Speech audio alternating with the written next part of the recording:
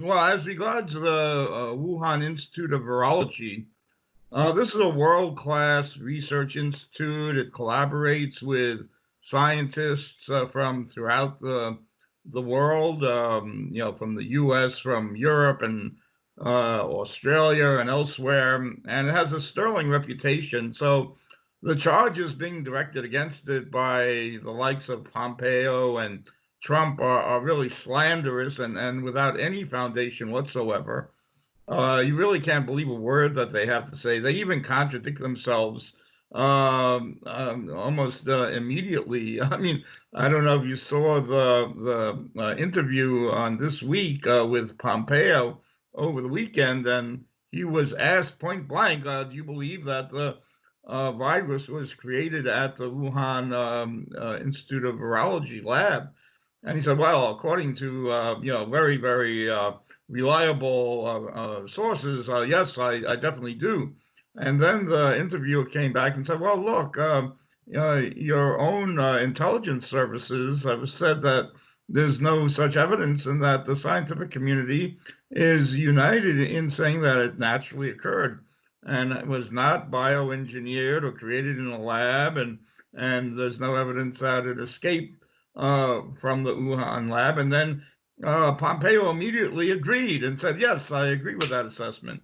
So within 15 seconds, he went from saying it was bioengineered in the Wuhan lab to saying it wasn't. So, I mean, they just spin these tales, they fabricate them out of whole cloth. There's no credibility whatsoever in their accusations. And of course, Pompeo he has one of these famous quotes now that will go down in history. That when he was head of the CIA, they lied, they cheated, and they stole. Well, yeah, that should be the motto rather than "In God We Trust." I think the motto for the U.S. at this point is "We lie, we cheat, and steal," and that's been demonstrated, by their attacks against China, against Iran, and against whomever they want to target for regime change or to bring down when they have a challenge, be it political, economic, military. The only recourse they have is to spread disinformation, lies, and slander, and it's becoming so transparent that I don't see how anybody can really believe a word that they have to say. Even Dr. Fauci, who is the head of that task force, the coronavirus task force, has said there's absolutely no evidence or reason to believe that the coronavirus was engineered, but certainly not at the Wuhan laboratory. And he went on to say that there's no reason to believe that it escaped, that it had been collected, curated, and somehow escaped into the population. So even his own scientific advisors and medical experts have discredited the whole idea, and it's just it's not accepted by anyone within the scientific and medical community. So we need to put that whole story to rest. It's a total fabrication with no basis in fact. In point of fact, there's more and more evidence from around the world that the coronavirus, SARS-CoV-2, as it's known scientifically, that causes COVID-19, was probably circulating worldwide much earlier than when it was first identified in Wuhan. There's evidence now that it was circulating in France in December. And of course, it could be much earlier than that. In Italy, medical doctors in northern Italy have suggested that they saw um, uh, patients with a very similar diagnosis in October and November. So I think there's a growing consensus that this virus was widely circulated globally, and we really don't know what the time depth is. It just so happens that for whatever reason, there was a concentration, sort of an explosion of the virus in Wuhan at that fish market, which was not the source of the virus, it's just where it just happened to, become widespread.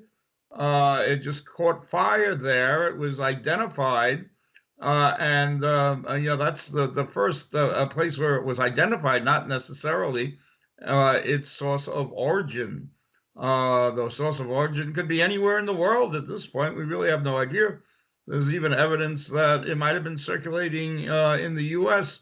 in the summer of 2019. There's a lot of influenza-like illnesses that occurred then that have not been identified. They need to be forensically investigated to see if they may very well be COVID-19.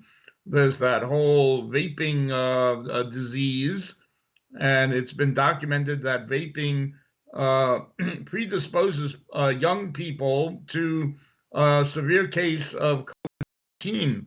Most young adults get an asymptomatic or mild case, but if you are vaping, that's a major risk factor for escalating the disease into something much more serious. So maybe those vaping incidences, which have been a mystery, were an example of that. We don't know. We need to test for that. There are also, these pockets of influenza or COVID-like illnesses in Maryland around the same time that there was an incident at the Fort Detrick bioweapons lab when there was a contamination event and it was closed down at the end of July 2019. And soon thereafter, there were,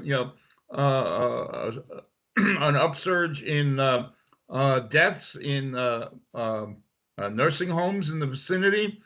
And antibody test shows that the virus is far more widespread in the population than expected, indicating that it might have been circulating much earlier than previously thought. So the word's still out as to the ultimate source of origin of the virus, how long it's been circulating, whether it's mutated from being less to more contagious and less to more lethal. This has to be studied epidemiologically, not it shouldn't be a political inquisition. Politics has nothing to do with it. It's a scientific question, and it should be approached in that fashion. But of course, the U.S. has politicized the whole thing because of they have ulterior motives to want to try to stigmatize China, and that's part of their game plan. And now, of course, the situation in the U.S. is dire. The economy is in a depression, no other word for it, and it's not about to come out of it anytime soon. The whole response by the Trump administration has been a dismal failure, a debacle. And rather than own up to their own failure, they have to search for a scapegoat. And of course, China is a very likely target for that. So I think that pretty much answers most of those questions. As regards the vaccine, China is working very hard on it. And they have pledged that once they come up with something that's safe and reliable, they will make it available free to the world. Whereas, of course, Big Pharma in the U.S. is looking for a vaccine or some sort of therapy as a new cash cow. Gilead, which is behind this new drug, antiviral drug, I can't even pronounce, that's gotten a lot of play of late, expects to make billions of dollars marketing it at $4,000 a shot for the individual therapy, whereas China basically was involved in the original research, and they actually put a patent on it for use as a therapy in China in opposition to Gilead, because Gilead will want to try to milk it for all it's worth. Well, China just wants to use it, to serve the people and to help relieve, their suffering. So again, it's a difference between China, which is really trying uh, uh, to help. I mean, look at what they've done worldwide, sending out uh, medical teams and PPE, equipment, around the world, particularly to developing countries that are in dire need, and they get savaged for doing that, and their motives are impugned. It's really pretty disgusting as far as I'm concerned.